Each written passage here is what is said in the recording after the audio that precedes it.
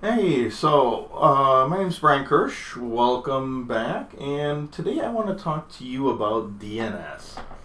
And specifically, I want to add a little bit of content to the test out material. We know that DNS is about name to IP address to name. Best example is you look at your phone, you don't know who's in there. You can go up and down your phone list. You know people by names. You don't know them by their numbers. And the phone translates that for us. That's what DNS does. But here's the thing. And don't do this, obviously, but if you went into somebody's phone, like, spouse, relative, whatever, and you changed the phone number of somebody, just put a different digit at the end, that person would call that number, call Bob or Sue or whoever. They would call them 3 times before they would actually check the number to make sure it's right. And even if they check the number, half the time they might not remember what the number is. Okay?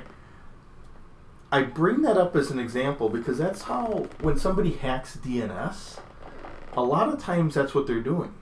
They're taking a known thing, like you go to, Packers.com if you're a football fan, or, Bucks.com, basketball fan. You don't know what address it goes to.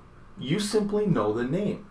And if somebody takes over that record and repoints, Bucks.com to something, bad, where it installs malware, whatever.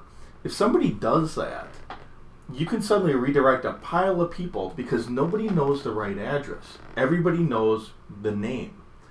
And that's how you get into, DNS spoofing and poisoning and all that. That's a major thing. And the problem with this is not a technical hack. I've been with a company that had this happen. Somebody posed as a person from the domain name service, Network Solutions, and got an executive to give up their password. And by doing that, they suddenly got control of the account, and they just legitimately repointed, company A by C to a new IP address.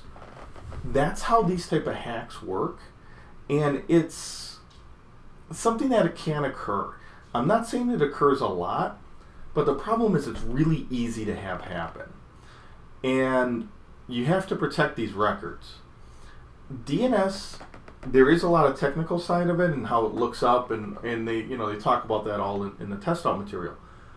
But the simple fact of how it's easy to redirect something is absolutely scary.